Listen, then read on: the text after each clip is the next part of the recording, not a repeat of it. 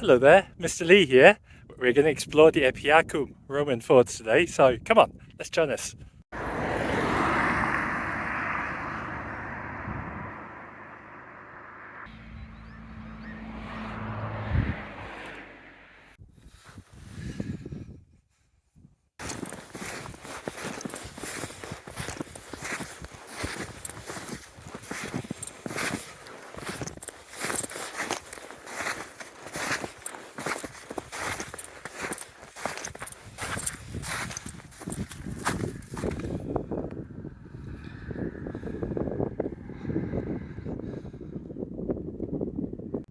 Now, you might consider that the Romans would find this territory in the northern outposts of the empire a little cold, grey, and possibly miserable.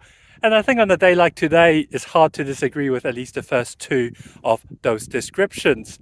But in fact, the Roman Empire has a large area, and the troops that would be stationed here, in fact, we have evidence, is probably from the modern day Belgium and France. They're called the Nervians, one of the tribes who live around there, and they're drafted into garrison this fort. And for them, these sort of weathers would not be too unfamiliar. Certainly, they're more likely to have experienced this sort of weather compared to people in the Mediterranean.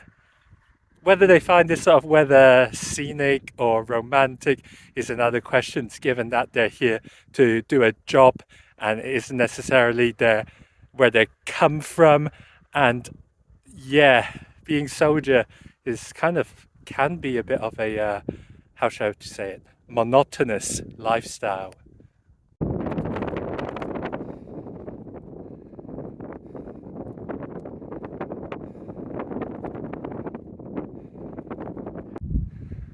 Now behind me here, you've got a sharp corner on the wall, and that's a bit surprising given that we would expect wherever we go, wherever we see a Roman fort, it would have four pretty much rounded right angle, and the whole fort will be in a playing card sort of shape. But this one here at Apiacum, this fort is different. It has a slightly more squashed rectilinear shape, and that's why it's got a sharp angle here, and on the opposite side the corresponding angle, and the other two angles are slightly flatter. It really makes us wonder, how does this work? We expect the arrangements within the forts to be in an orderly manner with rows and rows of barracks and the important buildings in the center, but if you squash that rectangle, it's going to make for some rather funny arrangements.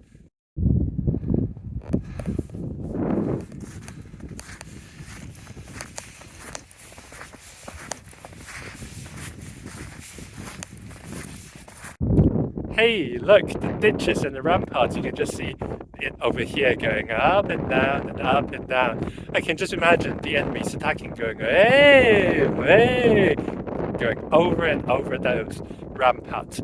Although the reality is probably that no one ever attacks these ramparts, so that, well, remains in the figments of my imagination, those random sounds and random actions.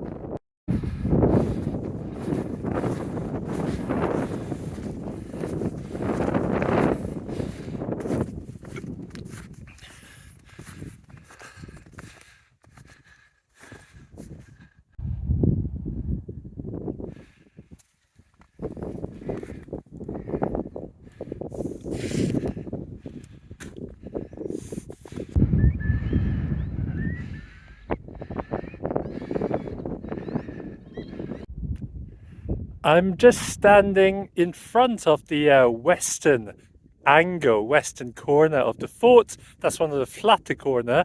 So the western corner is just on my right or to the left if you're looking towards the screen. And the sharper southern corner is to my left or on the right hand side of your screen, I think. Maybe I got that completely wrong. Anyway, in any case, archaeologists thinks that there is a sort of reception centre, but like a house before the fort, which takes in the visitors.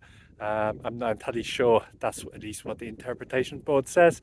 But one thing that we see in most forts around the empire is the village or sort of commercial area just outside the fort, and that's said to be on the western side, outside the walls of the fort as well. So you might expect to see some sort of shops and various establishments where the soldiers of serving in the fort could spend their money. Because within the fort, it is a commercial free sort of area, and it's soldiers, which also men only.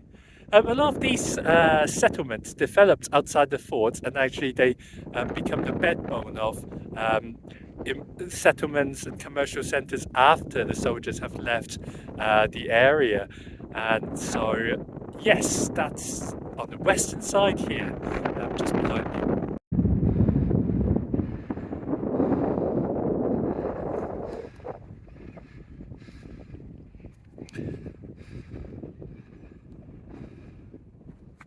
So I'm just at the west end of the fort, and standing here gives me a sense of why this fort is of a lozenge shape. That is to say, it's a bit of a flatter rectangle.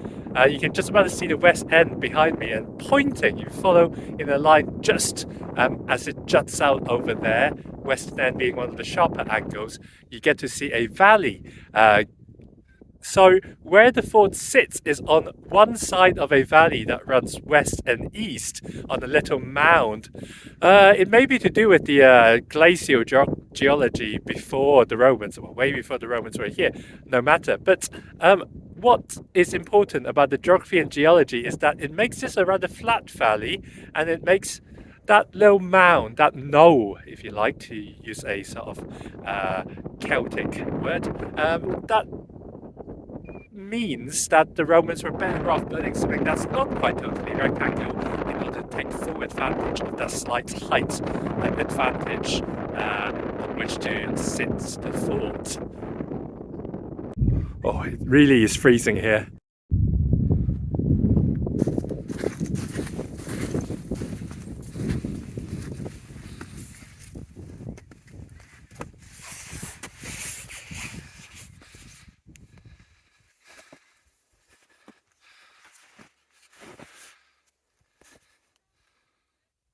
Oh, look, I've got big shoes to fill, but I'm not sure if I'm quite filling it.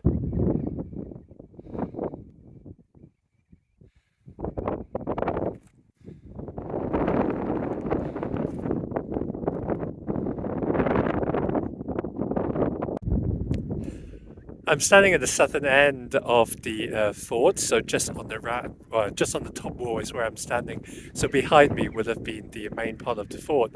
It strikes me that it's still remarkably flat, and the sort of landscaping that the Romans must have done to build the buildings there is still there. So that's pretty impressive. So behind me would have been the center of the fort, and that's where the headquarters buildings will be for the commander and for a sort of common space.